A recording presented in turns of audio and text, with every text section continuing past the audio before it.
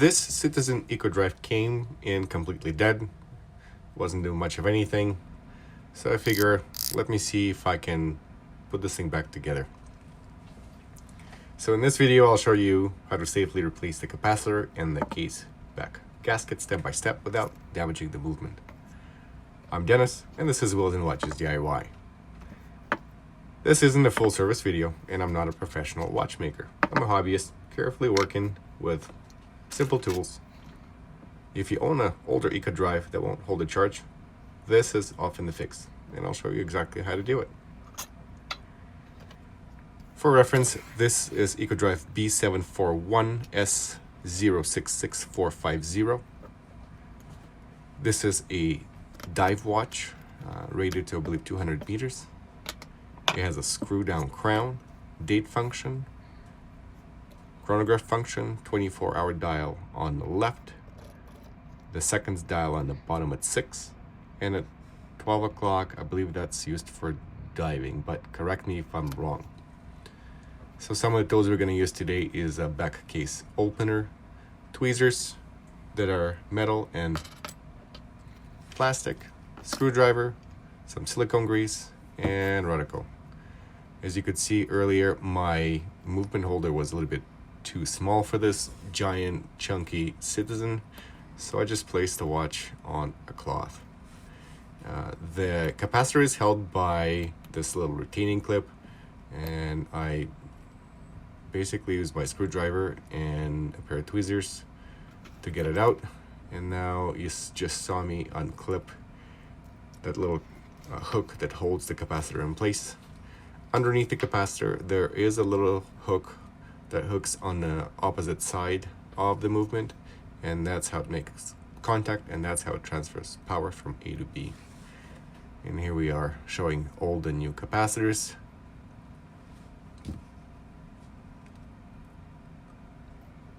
So this is like I said, it's an EcoDrive, it's a chronograph, it has a quartz movement powered by light, and it uses a rechargeable capacitor rather than a disposable battery. So like anything else that degrades over time, so do capacitors. So when your Citizen EcoDrive does not hold any charge, oftentimes it's the capacitor that needs to be replaced. Now they're a little bit more expensive and maybe a little bit harder to source depending on the model, but if you search around, you can find them no problem. So after I tried to install the capacitor one time, I believe on the first try it wasn't making the right contact, so I had to do it again, and on the second try you could see that second half at 6 o'clock started to move, so everything's working just fine.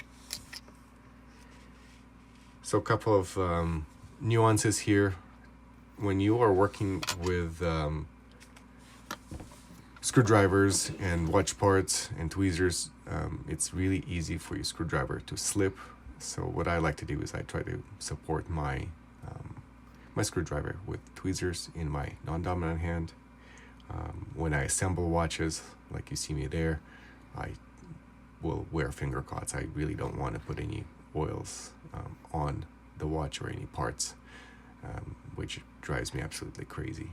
During disassembly, I often don't if I'm stripping the watch apart completely and giving a complete overhaul, but in this case, I just use the finger cots when I'm assembling.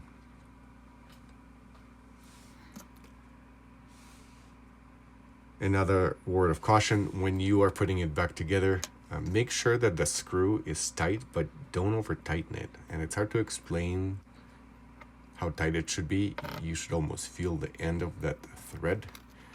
So just make sure that it's snug, but not too crazy tight. And you just saw me take out the old gasket, which looked really tired, and we're going to lubricate it with specialized grease. I mean, this is a dive watch after all, so you just want it to be properly protected. I didn't remove anything else from the watch, so in theory I cannot confirm 100% that this will be 100% waterproof without doing a proper test, and I don't have any way of testing it at this moment. And so For now, it's a glorified dust diver, if you will. But if somebody wants to take a chance and submerge their newly refurbished Eco Drive after replacing the back case gasket, you could do it at your own risk. Here we're checking for function. And after you reinstall that retaining clip, make sure that the back case lid threads nicely, it's not cross-threaded, and then the gasket sits nice and flat, and it doesn't stick out from under that lid in any way, shape, or form.